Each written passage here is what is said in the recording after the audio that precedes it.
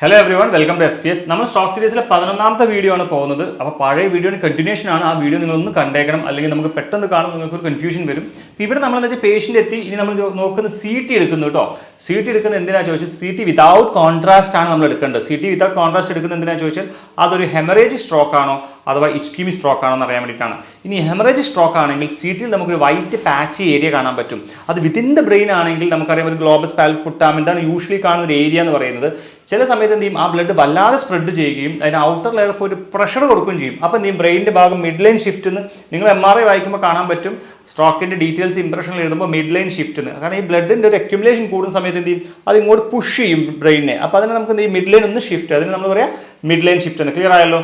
Next thing, BP നമുക്ക് വല്ലാതെ കൂടിയിട്ടുണ്ടെങ്കിൽ patient 220 mmHg മുകളിൽ നമുക്ക് BP കൂടിയിട്ടുണ്ടെങ്കിൽ നമ്മൾ ആദ്യം ചെയ്യുന്നത് എന്താണ്, BP ലോവർ ചെയ്യണം. ഓക്കെ, പക്ഷേ ഇത് ഇസ്കീമിക് സ്ട്രോക്ക് ആണ്. നോക്കൂ, ഇത് ഹെമറേജിക് സ്ട്രോക്കിൻ്റെ കാര്യമാണ്. ഇപ്പോൾ ഇവിടെ ഇസ്കീമിക് സ്ട്രോക്ക് ആണെങ്കിൽ നമ്മൾ സ്ലൈറ്റ്ലി BP എലിവേറ്റ് ചെയ്യാൻ നമ്മൾ സമ്മതിക്കുന്നു. അതിന് നമ്മൾ എന്താ പറയുക, പെർമിസിബിൾ BP.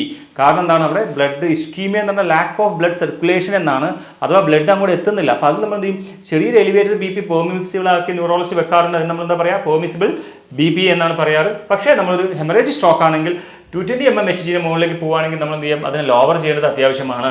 ഇത് നമ്മൾ എന്ത് ചെയ്യുക, നേരെ ന്യൂറോ സർജറി ഡിപ്പാർട്ട്മെന്റിലേക്ക് എത്രയും പെട്ടെന്ന് പേഷ്യന്റ് എത്തുക എന്നുള്ളതാണ് പ്രധാനം. അപ്പോൾ അവിടത്തിന് ശേഷം അക്യുമുലേറ്റ് ചെയ്ത ബ്ലഡിനെ ഇവാക്യുവേറ്റ് ചെയ്യണോ, ന്യൂറോ സർജറി വേണം. നിങ്ങൾ കേട്ടിട്ടുണ്ടാവും VP ഷണ്ടിനെ കുറിച്ച് നിങ്ങൾ കേട്ടിട്ടുണ്ടാവും, ക്രാനിയോട്ടമിയെ കുറിച്ച് കേട്ടിട്ടുണ്ടാവും. അതായത് ക്രാനിയോട്ടമി എന്ന് പറഞ്ഞാൽ സ്കള്ളിൻ്റെ ഒരു പോർഷൻ കട്ട് ചെയ്ത് ഒഴിവാക്കിയതിന് ശേഷം അവിടെ പ്രഷർ പോയതിനു ശേഷം വീണ്ടും നമ്മൾ എന്ത് ചെയ്യുന്നതിനെ അവിടേക്ക് റീലൊക്കേറ്റ് ചെയ്ത സർജറിനെ കുറിച്ചൊക്കെ നിങ്ങൾ കേട്ടിട്ടുണ്ടാവും. ഇതെല്ലാം നമ്മുടെ ന്യൂറോ സർജറി ഡിപ്പാർട്ട്മെന്റിലാണ് ചെയ്യുക. അപ്പോൾ അത് അവരുടെ ഡിസ്ക്രിപ്ഷനാണ്, ഏതാണ് പോകേണ്ടത് എന്താണ് പോകേണ്ട കാര്യങ്ങളൊക്കെ.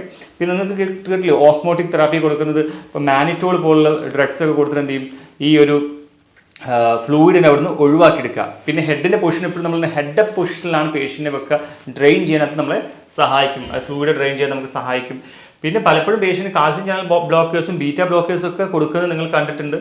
ഇപ്പോൾ പേഷ്യൻറ്റിന് ഇപ്പോൾ ആൻറ്റി കോയാഗുലൻസ് എന്തെങ്കിലും എടുക്കുന്നുണ്ടെങ്കിൽ അത് സ്റ്റോപ്പ് ചെയ്യണം. ആൻറ്റി കോയാഗുലൻ്റ് എടുക്കുന്നുണ്ടെങ്കിൽ ദെൻ ഇപ്പോൾ വല്ലാതെ ത്രോംബോസൈറ്റോപീനിയ ഉള്ള പേഷ്യൻ്റൊക്കെ ആണെങ്കിൽ നമുക്ക് എന്ത് ചെയ്യണം, അതും കൂടി നമ്മൾ കൺസിഡർ ചെയ്യണം. ഫ്രഷ് ഫ്രോസൺ പ്ലാസ്മയെല്ലാം നമ്മളത് കൊടുത്തേക്കണം. ഇപ്പോൾ നിങ്ങൾക്ക് ചെറിയ ഓവറോൾ ചെറിയ ഐഡിയ ഉണ്ടാവും. അപ്പോൾ നമ്മൾ എന്ത് ചെയ്യുന്നു, ആദ്യം ABCDE സർവേ ചെയ്യുന്നു, പ്രൊട്ടക്റ്റ് എയർവേ ചെയ്യുന്നു, ന്യൂറോ പ്രൊട്ടക്റ്റീവ് മെഷേഴ്സ് എടുക്കുന്നു, CT നമ്മൾ എന്ത് ചെയ്യുന്നു, ഓർഡർ ചെയ്യുന്നു, BP നോക്കുന്നു.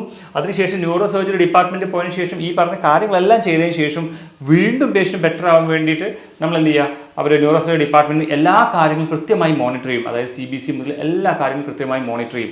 ഇതെല്ലാം മോണിറ്റർ ചെയ്തതിൻ്റെ അടിസ്ഥാനത്തിൽ പേഷ്യൻറ്റിനെ ബെറ്റർ ആവുന്നതിൻ്റെ അടിസ്ഥാനത്തിലാണ് നമ്മൾ എന്ത് ചെയ്യുക, ഫിസിയോതെറാപ്പി ഡിപ്പാർട്ട്മെൻറ്റിലേക്ക് മാറ്റുക. ഇനി ഇവിടെ മുതലാണ് നിങ്ങൾക്ക് ഫിസിയോതെറാപ്പിയുടെ ഇമ്പോർട്ടൻസ് മനസ്സിലാക്കിയെടുക്കാനും എങ്ങനെയാണ് ഒരു ഏർലി ന്യൂറോ റീഹാബ് പേഷ്യൻറ്റിനെ അപ്ലൈ ചെയ്യാനുള്ള കാര്യങ്ങളെല്ലാം വിശദമായി വരും വീഡിയോ നമുക്ക് ഡീറ്റെയിൽ ആയി പഠിച്ചേക്കാം.